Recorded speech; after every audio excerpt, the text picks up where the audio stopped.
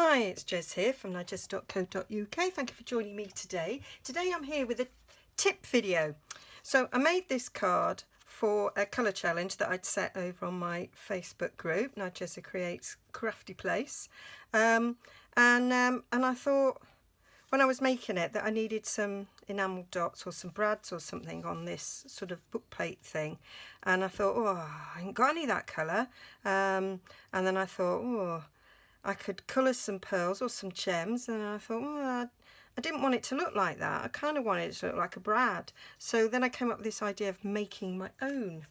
So what I did was I got this label punch, which punches out a circle, and I got some scrap, and you can feed it in the side there and just cut some circles. And it's a great way of using up bits of scrap, and you just keep going, and you get yourself some circles. If you don't have that punch, let's get rid of these, then another way is you might have a handheld punch. Stampin' Up used to sell handheld punch, so you might have that. You might have a crocodile, and you can go around and do them in that way, and there's usually hold them like that, or an ordinary paper hole punch, which I'm sort of looking around now in my room. I can't find mine, but an ordinary hole puncher, and you can use that as well. So anything that and you can get varying sizes. Those two are sort of different sizes. And then what I did was I took our glue dots and I stuck them to the glue dots. I won't do them all. Move those out of the way. And then when you've done that, you end up with a strip. I've been doing them here, and then I just, with my pokey tool, peel it off that to stick on that, and then this means that you've got a glue dot on it and it's there ready to use, plus it's held still for the next bit, which if it's not held down can be quite problematic. I'm using our fine tip glue pen, and all I'm doing is squeezing a bit out and putting it on top, and that's it. And then that I leave to set, and it gives you that nice sort of domed, a bit like a brad or an enamel dot. I'm desperately trying to put this in. There we go. And then I just leave that to dry. It doesn't take, and this weather at the moment, I've just had it in a windowsill. That one I will try and get rid of some of those bubbles. You might get bubbles in it, like I have that one, and just go around and sort of pierce them a bit to get rid of them, because they will dry in it and we don't really want that. So getting rid of them quite unsuccessfully right now. There you are, that's a bit better. So you end up with these nice sort of dots, and I did them with those flowers as well. So just a nice little, that one's fallen off, a nice little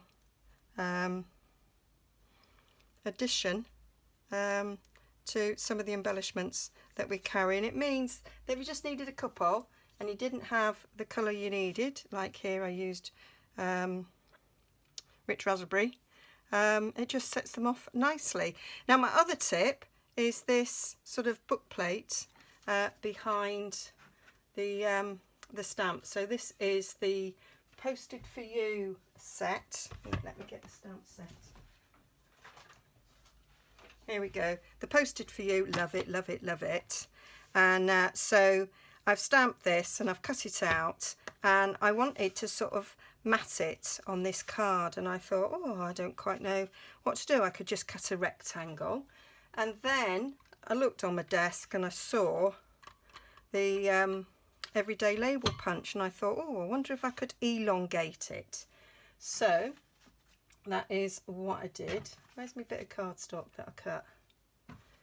And I had a bit of cardstock here that I cut out, ready to use, and now I can't find it. Well, isn't that just typical? It's probably fallen down somewhere, or I've put it back like an absolute wally. Right, well, let's cut another one. So what you need, do you know what I did? It was that bit that I used to cut them circles. Yes, total wally. So what you need is a piece of cardstock that is, I don't know why I don't cut that bit off, 3 inches wide and 3 inches long and 1.5 inches wide. And that, I found, gives the optimum size. And then you put it through and pull it out. It is 1.5 inches is the right size. So you pull it out and you pull it slowly, and then when you can see it, push it back in and then punch. Well, I didn't punch that down hard enough, but that's fine. And then on the other side, again, poke it through, pull it down, push it back when you can see it, and then that gives you a nice elongated book plate that fits that really, really nicely. I like that. I'll show you when it's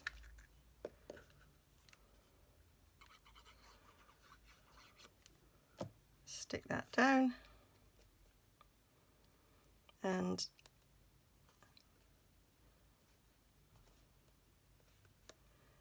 just oozed a bit there. There we go. And then that's all ready for a couple of these. I'm going to take those pinks that I've done because they bring out that. This is some Magenta Madness. I think that'll go there quite nicely. You can see where I've oozed out a bit